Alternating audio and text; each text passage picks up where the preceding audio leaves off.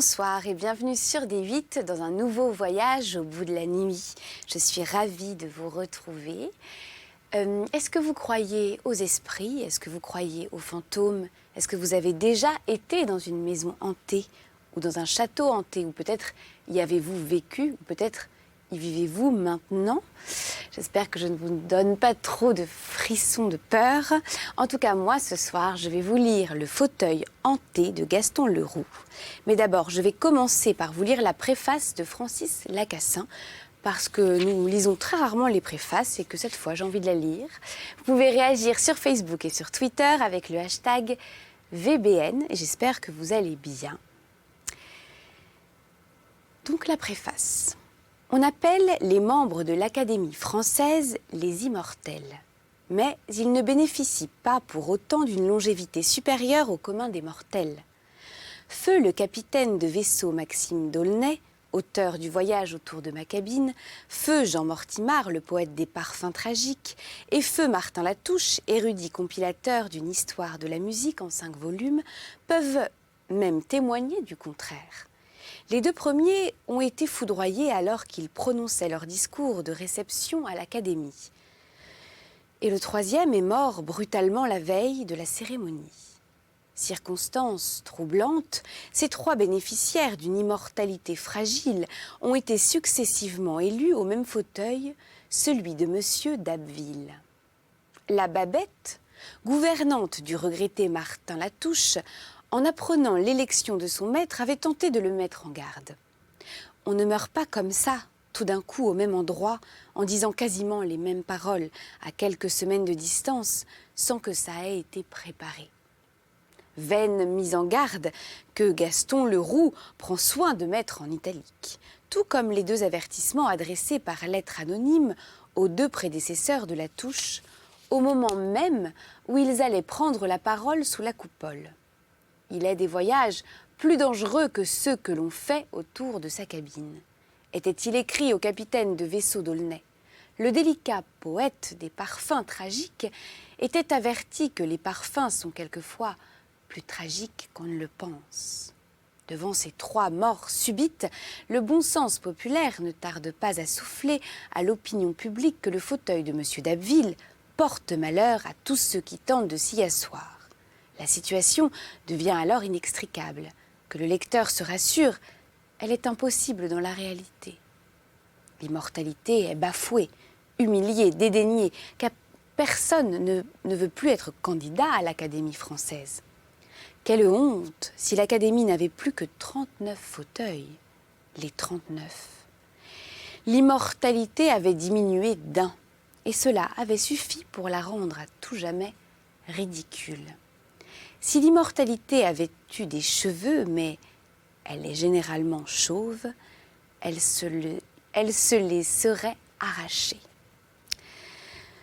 Par bonheur, un brave brocanteur encadreur, se disant antiquaire et auteur d'un livre sur l'art de l'encadrement, vengera l'immortalité bafouée en posant sa candidature au fauteuil maudit. Il rompra la malédiction en donnant du mystère une explication plus rationnelle, mais pas pour autant banale. Voilà, je vais arrêter là la préface parce que sinon j'ai l'impression que ça va nous dire trop de choses, enfin ça va vous dire trop de choses. Alors moi je connais déjà un peu ce qui va se passer. Donc chapitre 1, ça je vous ai mis un peu dans l'ambiance étrange, la mort d'un héros. C'est un vilain moment à passer, sans doute, mais on dit que c'est un homme qui n'a peur de rien. A-t-il des enfants? Non, il est veuf. Tant mieux. Et puis, il faut espérer tout de même qu'il n'en mourra pas. Mais dépêchons-nous. En entendant ces propos funèbres, M. Gaspard Lalouette, honnête homme, marchand de tableaux et d'antiquités, établi depuis 10 ans rue Laffitte, et qui se promenait ce jour-là quai Voltaire, examinant les devantures des marchands de vieilles gravures et de bric-à-brac, leva la tête. Dans le même moment, il était légèrement bousculé sur l'étroit trottoir par un groupe de 3 jeunes, coiffés du béret d'étudiants qui venait de déboucher de l'angle de la rue Bonaparte et qui, toujours causant, ne prit point le temps de la moindre excuse. M. Gaspard Lalouette, de peur de s'attirer une méchante querelle, garda pour lui la mauvaise humeur qu'il ressentait de cette incivilité et pensa que les jeunes gens courraient assister à quelque duel dont il redoutait tout haut l'issue fatale. Et il se reprit à considérer attentivement un coffret fleur-de-lysée qui avait la prétention de dater de Saint-Louis et d'avoir peut-être contenu le psautier de Madame Blanche de Castille. C'est alors que derrière lui, une voix dit « Quoi qu'on puisse penser, c'est un homme vraiment brave. » Et un autre répondit « On dit qu'il a fait 3 fois le tour du monde. Mais en vérité, j'aime mieux être à ma place qu'à la sienne, pourvu que nous n'arrivions pas en retard. » Monsieur Lalouette se retourna. 2 vieillards passaient, se dirigeant vers l'Institut, en pressant le pas. « Et quoi ?» pensa Monsieur Lalouette. Les vieillards seraient-ils subitement devenus aussi fous que les jeunes gens ? Monsieur Lalouette avait dans les 45 ans, environ l'âge où l'on n'est ni jeune ni vieux. En voici 2 qui m'ont l'air de courir au même fâcheux rendez-vous que mes étudiants de tout à l'heure. L'esprit ainsi préoccupé, M. Gaspard Lalouette s'était rapproché du tournant de la rue Mazarine et peut-être se serait-il engagé dans cette voie tortueuse si 4 messieurs, qu'à leur redingote, chapeau haute forme et serviettes de maroquin sous le bras, on reconnaissait pour des professeurs, ne s'étaient trouvés tout à coup en face de lui, criant et gesticulant. Vous ne me ferez pas croire tout de même qu'il a fait son testament. S'il ne l'a pas fait, il a eu tort. On raconte qu'il a vu plus d'une fois la mort de près. Quand ses amis sont venus pour le dissuader de son dessein, il les a mis à la porte. Mais au dernier moment, il va peut-être se raviser. Le prenez-vous pour un lâche ? Tenez, le voilà, le voilà. Et les 4 professeurs se prirent à courir, traversant la rue, le quai et obliquant sur leur droite du côté du pont des Arts. M. Gaspard Lalouette, sans hésiter, lâcha tous ses bric-à-brac. Il n'avait plus qu'une curiosité, celle de connaître l'homme qui allait risquer sa vie dans des conditions et pour des raisons qu'il ignorait encore, mais que le hasard lui avait fait entrevoir particulièrement héroïques. Il prit au court sous les voûtes de l'Institut pour rejoindre les professeurs et se trouva aussitôt sur la petite place dont l'unique monument porte sur la tête une petite calotte appelée généralement coupole. La place était grouillante de monde. Les équipages s'y pressaient dans les clameurs des cochers et des camelots sous la voûte qui conduit dans la première cour de l'Institut.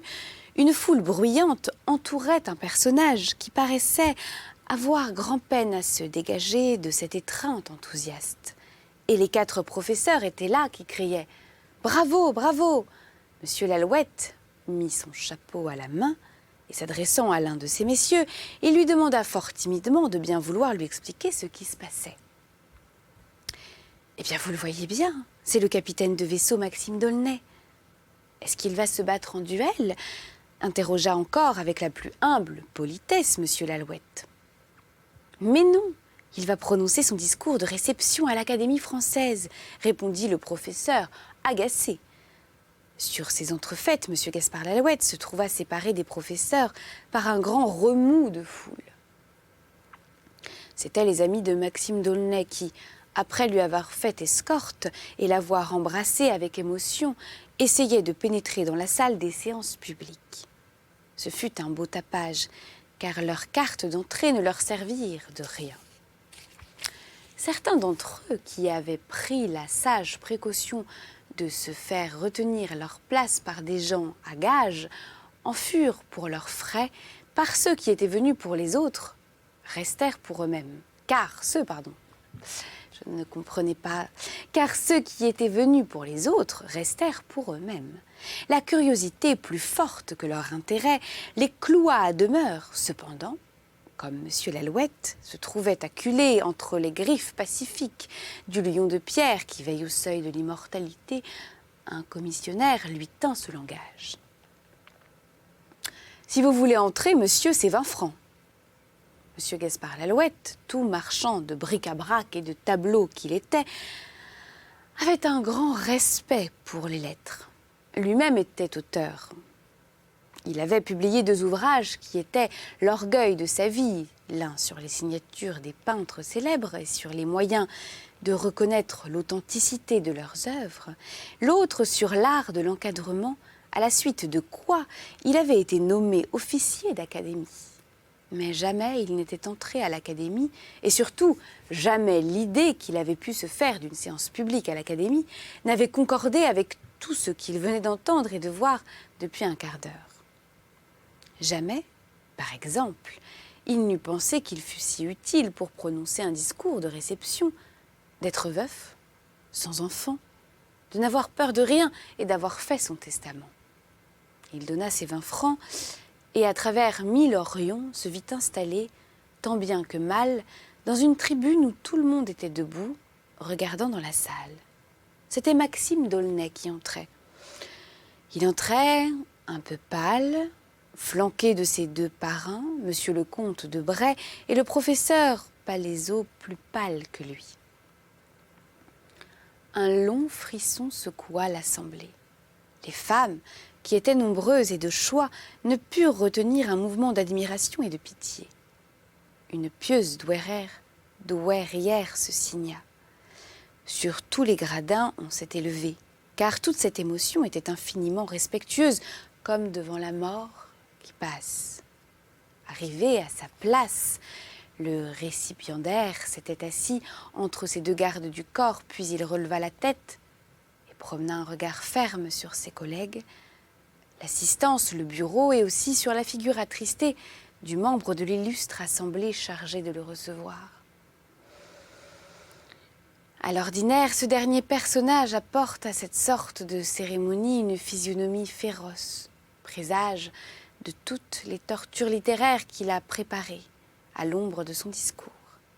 Ce jour-là, il avait la mine compatissante du confesseur qui vient assister le patient à ses derniers moments. Monsieur Lalouette, tout en considérant attentivement le spectacle de cette tribu habillée de feuilles et de chênes, ne perdait pas un mot de ce qui se disait autour de lui. On disait, ce pauvre Jehan Mortimar était beau et jeune comme lui, et si heureux d'avoir été élu. Vous rappelez-vous quand il s'est levé pour prononcer son discours, il semblait rayonner, il était plein de vie. On aurait beau dire, ce n'est pas une mort naturelle. Non. Non, ça n'est pas une mort naturelle. Monsieur Gaspard Lalouette ne put en entendre davantage sans se retourner vers son voisin pour lui demander de quelle mort on parlait là. Et il reconnut que celui à qui il s'adressait n'était autre que le professeur qui, tout à l'heure, l'avait renseigné déjà d'une façon un peu bourrue. Cette fois encore, le professeur ne prit pas de gants. « Vous ne lisez donc pas les journaux, monsieur ?» Eh bien non, monsieur Lalouette ne lisait pas les journaux. Il y avait à cela une raison que nous aurons l'occasion de dire plus tard et que monsieur Lalouette ne criait pas par-dessus les toits. Seulement, à cause qu'il ne lisait pas les journaux, le mystère dans lequel il était entré en pénétrant pour 20 francs sous la voûte de l'Institut s'épaississait à chaque instant davantage. C'est ainsi qu'il ne comprit rien à l'espèce de protestation qui s'éleva quand une noble dame, que chacun dénommait la belle Madame de Bittigny, entra dans la loge qui lui avait été réservée. On trouvait généralement qu'elle avait un joli toupet. Mais encore, monsieur Lalouette ne sut pas pourquoi.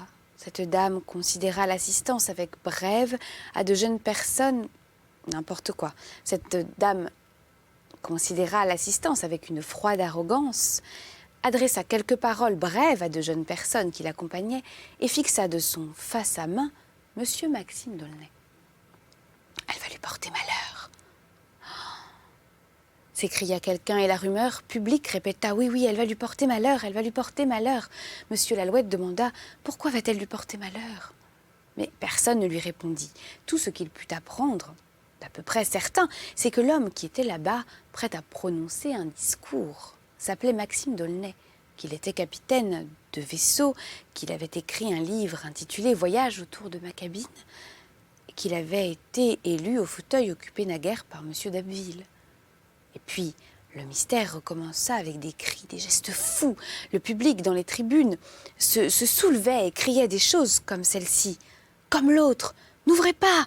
Oh, la lettre! Comme l'autre, ne lisez pas !»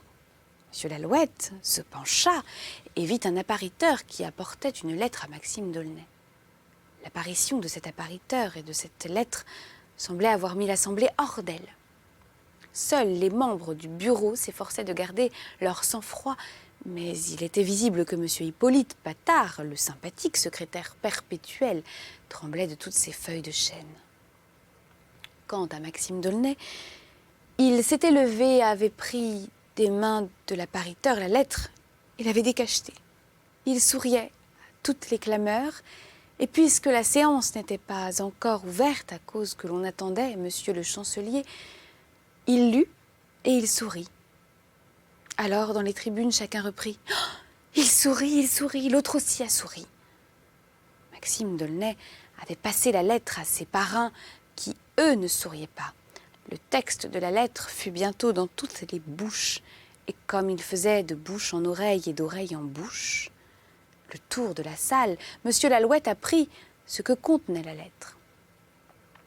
Il y a des voyages plus dangereux que ceux que l'on fait autour de sa cabine.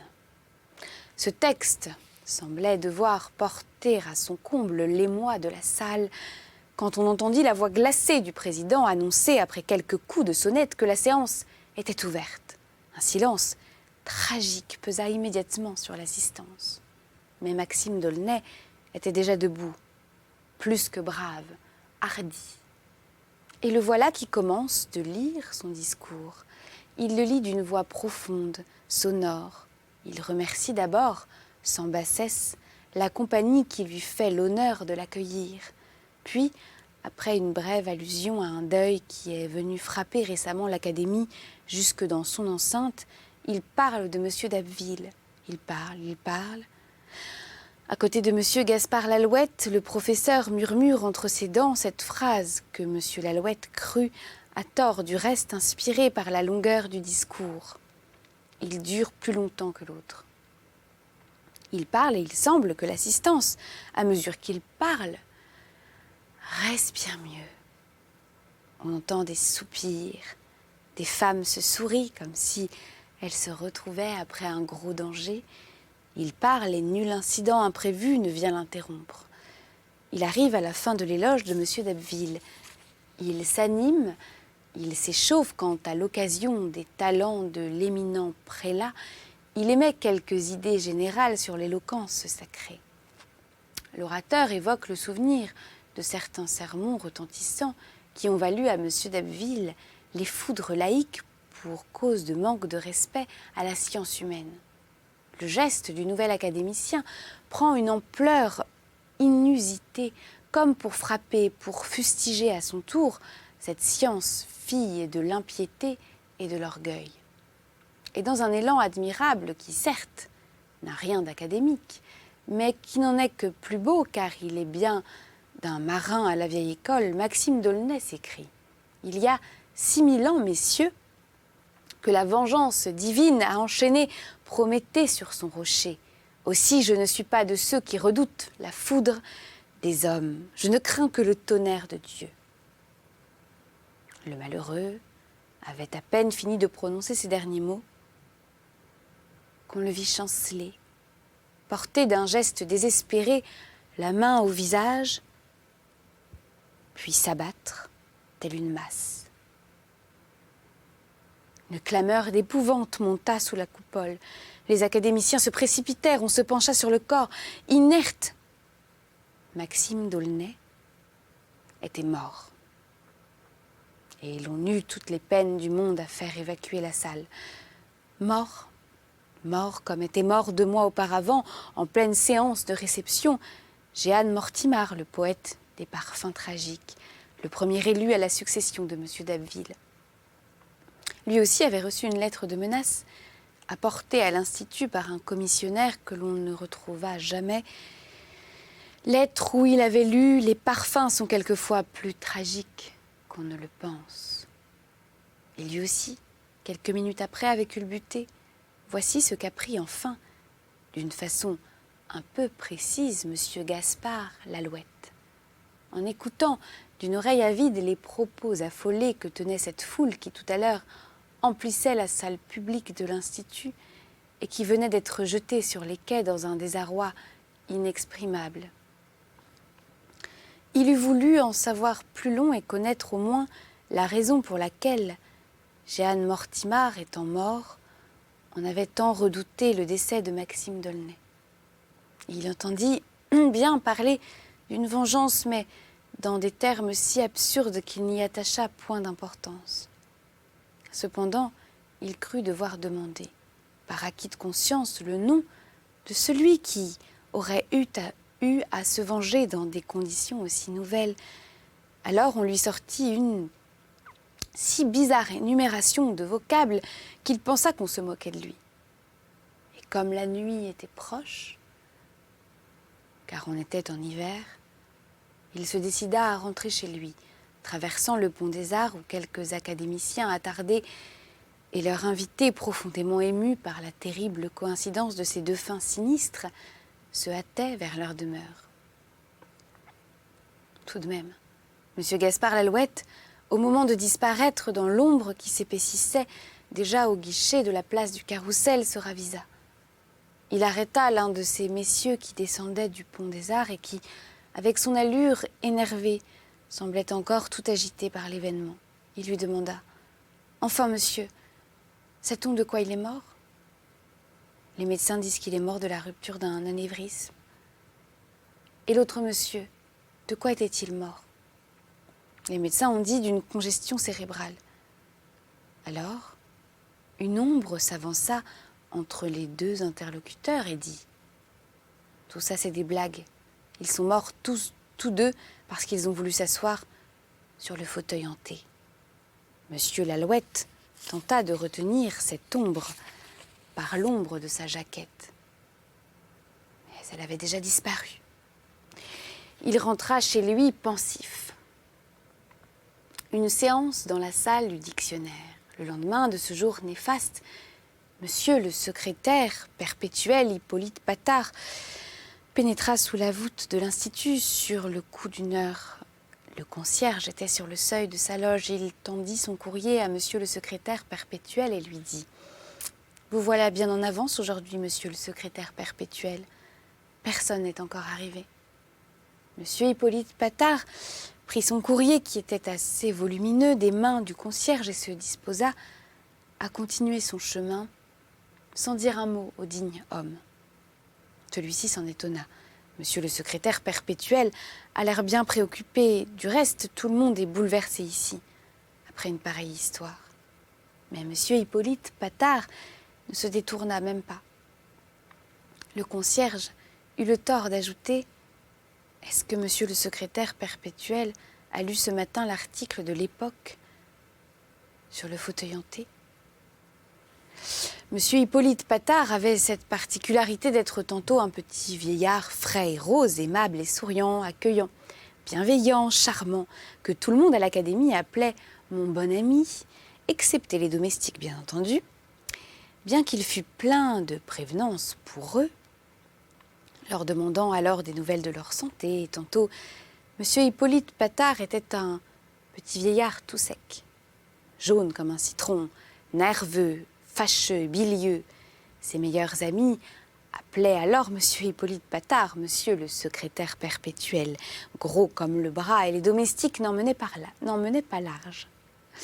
Monsieur Hippolyte Patard aimait tant l'Académie qu'il s'était mis ainsi en deux pour la servir, l'aimer et la défendre. Les jours fastes, qui étaient ceux des grands triomphes académiques, des belles solennités, des prix de vertu, il les marquait du Patard rose, et les jours néfastes, qui étaient ceux où quelque affreux plumitif avait osé manquer de respect à la divine institution, il les marquait du Patard citron. Le concierge, évidemment, n'avait pas remarqué ce jour-là à quelle couleur de Patard il avait affaire, car il se fût évité la réplique cinglante de Monsieur le secrétaire perpétuel. En entendant parler du fauteuil hanté, Monsieur Patard s'était retourné d'un bloc. Mêlez-vous de ce qui vous regarde, fit-il. Je ne sais pas s'il y a un fauteuil hanté, mais je sais qu'il y a une loge ici qui ne désemplit pas de journalistes. À bon entendeur, salut. Et il fit demi-tour, laissant le concierge foudroyé, si monsieur le secrétaire perpétuel avait lu l'article sur le fauteuil hanté. Mais il ne lisait plus que cet article-là dans les journaux depuis des semaines. Et après la mort foudroyante de Maxime d'Aulnay, suivant de si près la mort non moins foudroyante de Jehanne Mortimar, il n'était pas probable, avant longtemps, qu'on se désintéressât dans la presse d'un sujet aussi passionnant. J'espère que c'est un sujet qui vous passionne aussi et j'ai hâte de vous retrouver tout de suite pour la suite du fauteuil hanté. Je vous embrasse.